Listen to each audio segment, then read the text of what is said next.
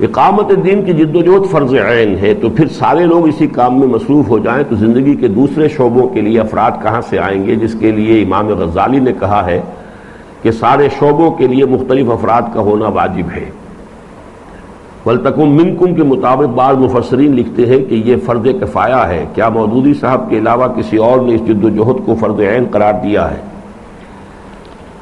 اس کو اصل میں منکم کے بارے میں تو میری بحث موجود ہے کہ یہ من آیا تبعیضیہ ہے یا بیانیہ ہے، اور اس میں بہت سے علماء کی رائے یہ کہ تبعیضیہ نہیں ہے، بیانیہ ہے، جس کے لیے مثال دی جاتی ہے للامیر من اولادہ جندن،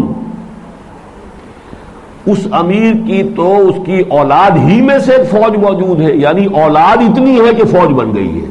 یہاں پر تبعیضیہ نہیں ہے، یہ بیانیہ ہے کہ اس کے پاس تو اولاد ہی اتنی ہے کہ اس سے ایک فوج بن گئی ہے۔ تو اسی طریقے سے وَلْتَكُن مِّنكُم، تم سے ایک ایسی امت وجود میں آنی چاہیے۔ You should take the form of such an ummah۔ یہاں تبعیضیہ نہیں ہو جائے گا کہ تم میں سے بعض یہ کام کریں، بلکہ یہ کہ تمہیں یہ شکل اختیار کر لینی چاہیے، تم سے ایک ایسی امت وجود میں آ جانی چاہیے، تم میں سے نہیں، تم سے۔ لیکن بہرحال اس کو جیسے میں ایک امکان سمجھتا ہوں کہ وہ دونوں درجے سامنے رکھے جائیں، کہ ایک درجہ وہ ہے جو اسی صورت کے آیت نمبر 110 میں ہے کنتم خیر امۃ اخرجت للناس۔ یہ گویا کہ اس وقت کا معاملہ تھا کہ اس وقت امت مسلمہ حضور صلی اللہ علیہ وسلم موجود ہے، اور آپ کے ساتھی جتنے بھی صحابہ ہیں وہ یقیناً سب کے سب اس کام میں لگے ہوئے تھے، تھوڑا سا درجے کا فرق ہو سکتا ہے، لہذا کنتم وہ وہاں سب کے لیے۔ البتہ یہ کہ بعد میں ایسا ہو ہی جانا تھا کہ امت میں بہت سے لوگ سو جائیں گے، انہیں اپنا فرض یاد نہیں رہے گا، تو اب اس میں سے جو لوگ جاگ جائیں وہ جاگ کر اپنی ایک ایسی امت ود ان امہ، امت کے اندر ایک امت، اسٹیٹ ود ان اسٹیٹ جیسے ہم کہتے ہیں، پارٹی ود ان پارٹی، امہ ود ان امہ، کہ ایک امہ وہ ہے کہ جو اس وقت 1.25 ارب انسانوں کی ہے، جو سوئے ہوئے جنہیں پتہ بھی نہیں کہ ہمارا یہ فرض ہے۔ جن کو یہ شعور پیدا ہو جائے وہ مل جل کر ایک امت بنے، لیکن پھر اس کے اندر بھی آخر میں اولئک ھم المفلحون، صرف وہ لوگ فلاح پائیں گے۔ یہ حسر کا اسلوب ہے جو آخر میں آیا ہے وَلْتَكُن مِّنكُمْ أُمَّةٌ يَدْعُونَ إِلَى الْخَيْرِ وَيَأْمُرُونَ بِالْمَعْرُوفِ وَيَنْهَوْنَ عَنِ الْمُنكَرِ وَأُولَئِكَ هُمُ الْمُفْلِحُونَ۔ اس کا مطلب ہے وہ پوری امہ اطلاق جو ہے وہ مفلحون میں سے نہیں ہوگی، بلکہ جو لوگ اس امت میں سے جاگ کر اس کام کے اوپر کمر کس لیں گے وہی ہوں گے کہ جو فلاح پائیں گے۔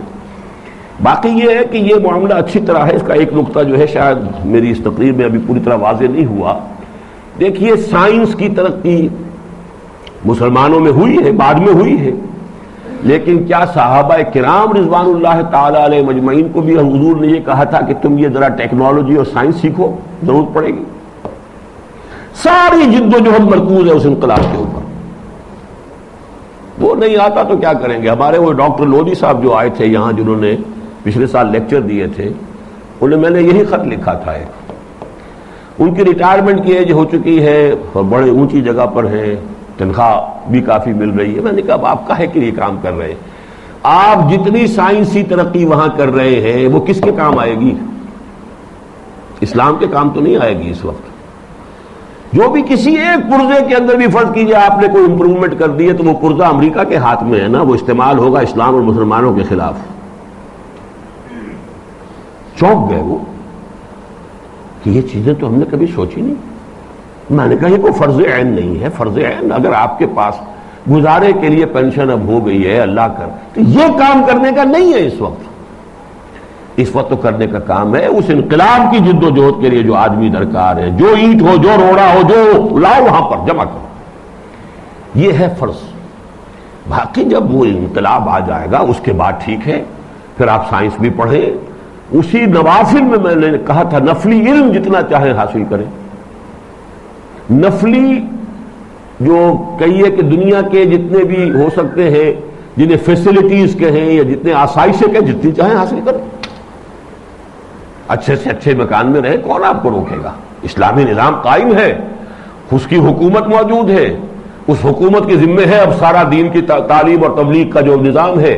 وہ حکومت جب ڈیمانڈ کرے گی جتنے لوگ مانگیں گے وہ نکل آئیں گے، باقی سب کی طرف سے فرض کفایہ ہے۔ آپ لگے رہیے، مکان میں رہیے، اچھے میں رہیے، اچھا مکان بنائیے، اچھا علم حاصل کیجئے اور سائنسی علوم حاصل کیجئے، اپنے کسی فن میں ترقی کیجئے. ہوتا بعض لوگوں کو کسی فن سے عشق ہو جاتا، یعنی وہ پروفیشن میں صرف معاش کے لیے نہیں ہوتے، بلکہ انہیں اس پروفیشن کے ساتھ یا اس کے کسی حصے کے ساتھ کوئی عشق ہو جاتا، لگے ہوئے اس کے.